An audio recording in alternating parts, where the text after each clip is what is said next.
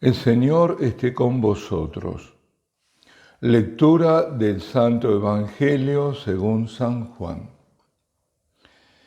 En aquel tiempo dijo Jesús a Nicodemo: tanto amó Dios al mundo que entregó a su unigénito, para que todo el que cree en Él no perezca, sino que tenga vida eterna.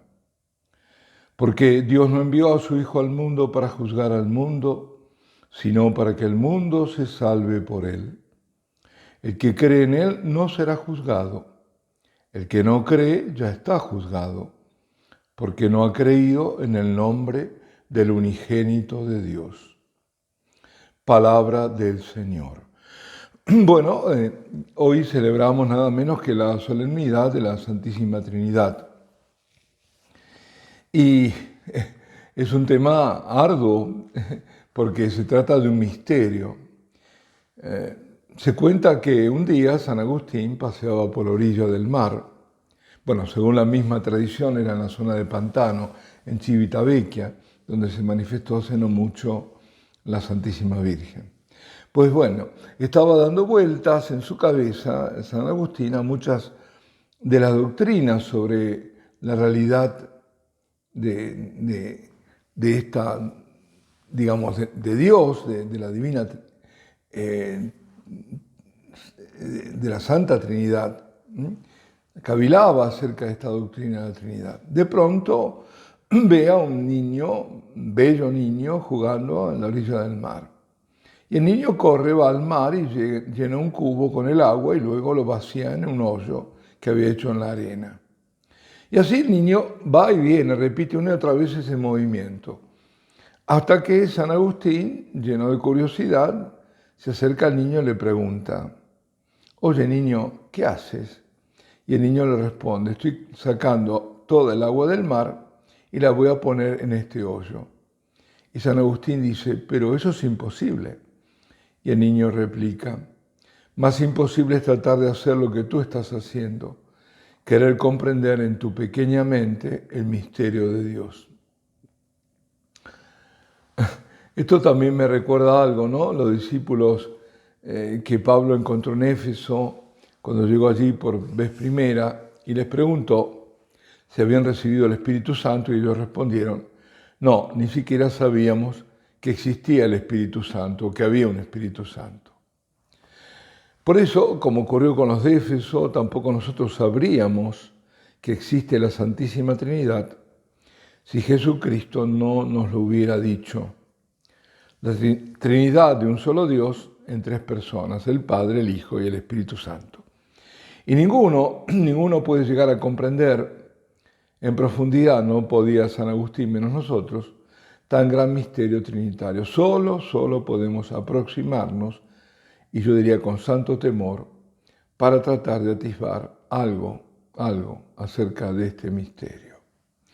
Ahora, yo me he hecho, digamos, una explicación, una aproximación, mejor dicho, que a alguno puede servir para comprender este misterio. Podría ser la siguiente. A ver, si alguno de nosotros dice yo soy, es cierto, yo soy. Yo soy, porque existimos como personas singulares, como individuos. Pero también es cierto y obvio que no podíamos haber dicho yo soy antes de ser creados. Es decir, empieza a decir yo soy, en un momento uno puede decirlo, bueno, cuando tiene ya noción, ¿no?, del ser. Pero además, ese yo soy no procede de nosotros mismos. Es decir, nadie se dio el ser, sino que nos es dado porque la existencia, el ser, nos fue dada por Dios, procede de Dios. Somos criaturas de Dios. Yo no tengo el ser por mí mismo y de mí mismo, sino que lo tengo por participación. Es decir, Dios es el que nos participa de su ser.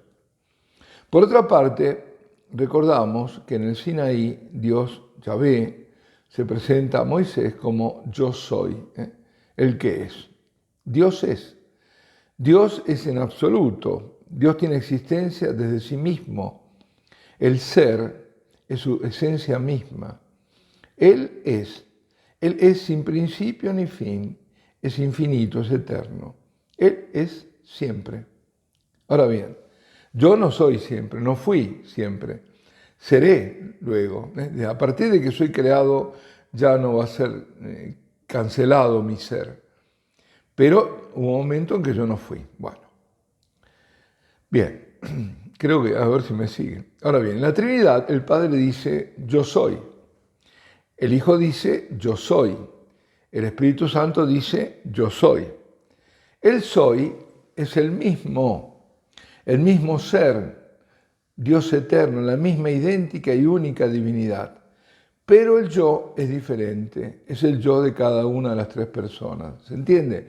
Hay un ser que es el ser Dios, que es único y que lo participa, está ahí, es el ser, todos son Dios, pero el yo es diferente. Cada una es una persona diferente. Bueno, no sé si lo ayudé o no. Bueno, a mí me ayuda. Ahora, la existencia de la Santísima Trinidad no nos fue revelada, sino en la plenitud de los tiempos. Antes no hay una revelación. Recién cuando el Hijo Eterno entra en el tiempo para hacerse hombre, ahí, justamente, incluso antes de partir, antes de regresar de donde había venido, cuando está por dejarnos, nos deja el Señor un mandato, anunciar el Evangelio a toda la creación y bautizar en el nombre del Padre y del Hijo y del Espíritu Santo. Ahí está la Trinidad. Jesucristo fue hablando del Padre, del Espíritu, pero ahí concretamente nos habla de la Trinidad. Nos revela la esencia íntima de Dios en el amor, y en el su ser trino y uno. Dios es amor, Dios es uno y es trino.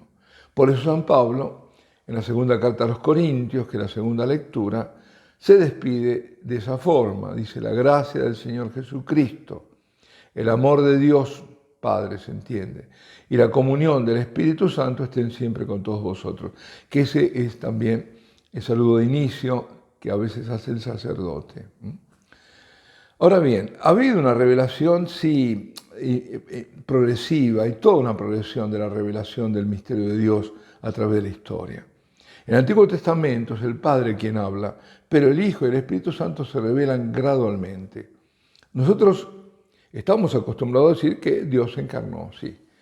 Pero si meditamos sobre esto, que Dios hizo hombre, bueno, debería darnos vértigos, escalofríos. Un Dios que es todo Dios, un Dios que crea, que ha creado todo lo visible y lo invisible, llegado el momento, se hace hombre. Momento por él determinado. Uno de los nuestros, Dios, no ángel, hombre. ¿Podemos imaginar lo que sintieron los apóstoles cuando se dieron cuenta, porque no fue inmediato, de que Jesús que había estado con ellos, que les había hablado, al que habían conocido lo más íntimamente posible, era el mismo Dios que caminaba por la tierra con ellos? Bueno, el que mejor comprendió el misterio, que estuvo más cerca de esto, fue Juan, y lo muestra en su Evangelio. Y este año nos presenta un pasaje del diálogo del Señor con Nicodemo, del Evangelio de San Juan. El amor del Padre se manifiesta en el Hijo, no solo porque es la imagen perfecta del Padre, y quien ha visto al Hijo ha visto al Padre, como le dice Jesús a Felipe, sino porque el Padre nos ha dado al Hijo para que podamos salvarnos. Ahí está el gran amor de Dios. Da al Hijo el Padre, y el Hijo se da. Por eso dice aquí, le dice a Nicodemo, tanto amó Dios al mundo, le dice Jesús, que entregó a su unigénito. Así que me entregó a mí, que me entrega a mí. Y agrega, para que todo el que cree en Él no perezca, sino que tenga vida eterna. Es decir, el que cree en mí, dice Jesús, no muere, tiene vida eterna. Es el don del amor de Dios por el hombre. Dios que se da a sí mismo, no por el interés de recibir algo de lo que Él carezca, sino porque nos ama gratuitamente. Y el Padre nos ofrece el Hijo y el Hijo se ofrece al Padre por nosotros, porque es el único que puede, por su santidad, por su inocencia absoluta, satisfacer la justicia divina que reclama un sacrificio perfecto de amor y en el amor. Y ese amor es el amor de Dios. Por tanto, amor trinitario, es amor del Padre, del Hijo, del Espíritu Santo. Y Jesucristo, claro, es Dios con nosotros, incluso uno de nosotros como hombre. Y nació como hombre, lo sabemos, en el seno virginal de una hija de Israel. El pueblo que había elegido y preparado por medio de los patriarcas, de los profetas. El pueblo que había liberado de la esclavitud y el que había dado la ley. El pueblo judío era el único pueblo de la tierra que conocía a Dios y sabía que era uno. Shema Israel, Adonai Eloheinu, Adonai Echad. Escucha Israel, el Señor es Dios.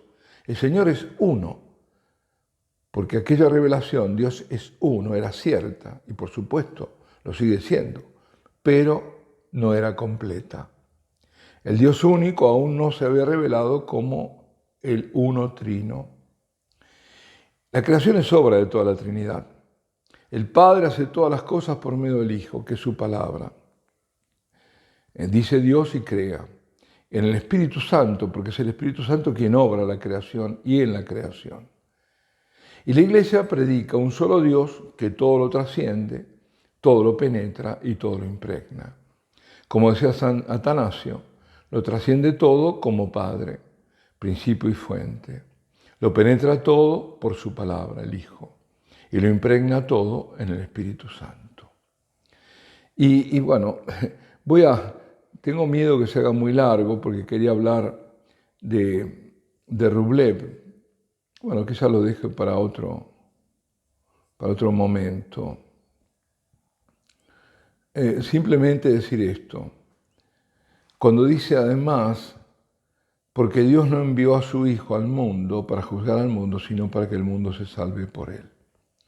La venida del Hijo en la carne no fue para juzgar al mundo, porque Jesús no juzgó, sino que vino como Salvador.